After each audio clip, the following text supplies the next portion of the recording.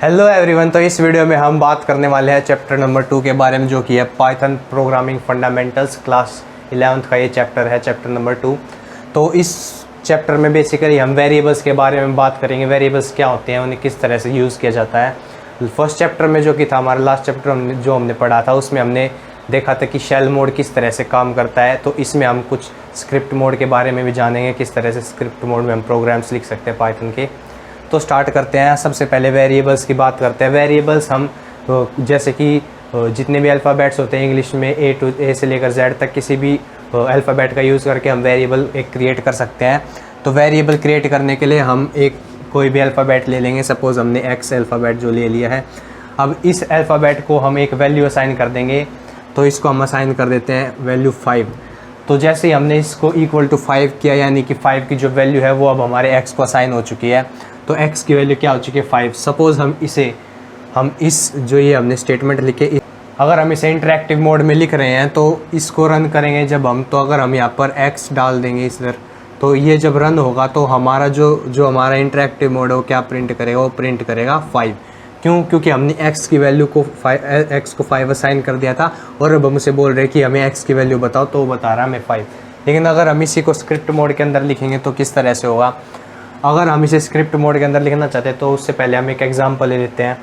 तो अब हमने ये एग्जांपल लिया है, तो अगर हम इस एग्जांपल को मैन्युअली सॉल्व करके देखें तो हमारी x की वैल्यू 3 है, इसमें y की वैल्यू हमारी 4 है, और z की वैल्यू जो है वो है हमारी x प्लस वाई, यानी कि हम 3 और प्लस 4 करेंगे तो 7, ये हमारी z की वैल्यू होगी, जो कि होगी 7। तो अब हमारी z की वैल्यू है 7।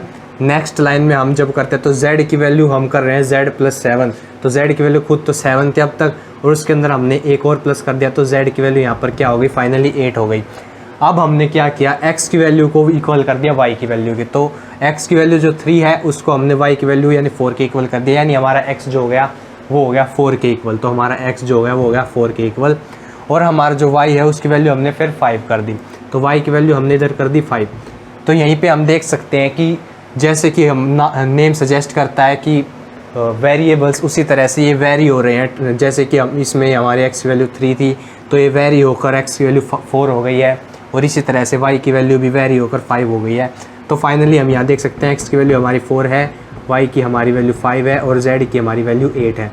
तो अगर हम इसे रन करेंगे एक तरह से इंटरेक्टिव मोड में, तो इंटरेक्टिव मोड में इसे रन करने के बाद हमें ये कुछ इस तरह से आउटपुट मिलेगा। लेकिन अगर हम चाहते हैं इसका आउटपुट लेना, कि हम चाहते हैं कि इसका आउटपुट हमें स्क्रिप्ट मोड में मिले, तो उसके लिए हमें एक स्पेशल स्टेटमेंट यूज़ करनी पड़ेगी, जो कि है प्रिंट स्टेटमेंट।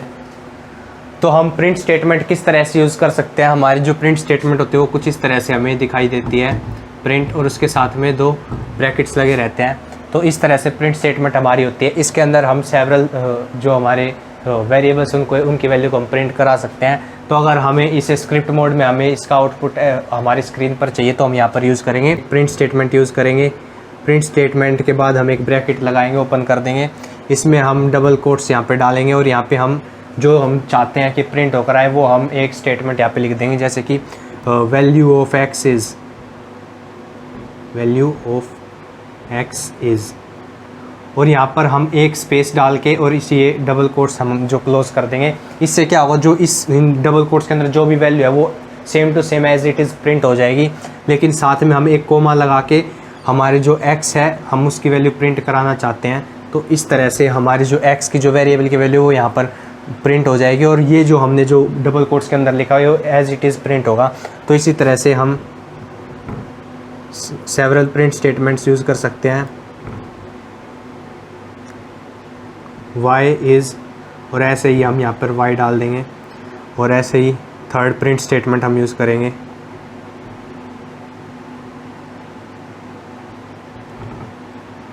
और इस तरह से, और यहाँ पे हम z डाल देंगे। तो अब क्या होगा, जब हम इस प्रोग्राम को रन करेंगे स्क्रिप्ट मोड में, तो इस तरह से प्रिंट स्टेटमेंट हमारी मदद करेंगे x, y और z की वैल्यू को प्रिंट करने के लिए। और इसका जो आउटपुट होगा वो आउटपुट होगा यहाँ पे इस तरह से, वैल्यू ऑफ x इज़, और जो हमारी x की वैल्यू थी वो क्या थी, वो थी हमारी 4। ऐसे ही हमारा वैल्यू ऑफ y इज़, यहाँ पे हमारा आएगा 5, और यहाँ पे वैल्यू ऑफ z ये हमारी आएगी 8। इस तरह से हमारा आउटपुट प्रिंट होगा। तो हमारे जो वेरिएबल्स होते हैं उनके 3 मेन कंपोनेंट्स होते हैं। वेरिएबल्स को ऑब्जेक्ट्स भी हम बोल सकते हैं। वेरिएबल्स या फिर ऑब्जेक्ट्स के 3 मेन कंपोनेंट्स होते हैं। जो फर्स्ट है वो आइडेंटिटी ऑफ वेरिएबल्स, सेकंड है टाइप ऑफ वेरिएबल और थर्ड है वैल्यू ऑफ वेरिएबल्स। तो इन सभी कंपोनेंट्स के बारे में हम नेक्स्ट वीडियो में डिटेल में बात करेंगे। Till then bye bye, take care.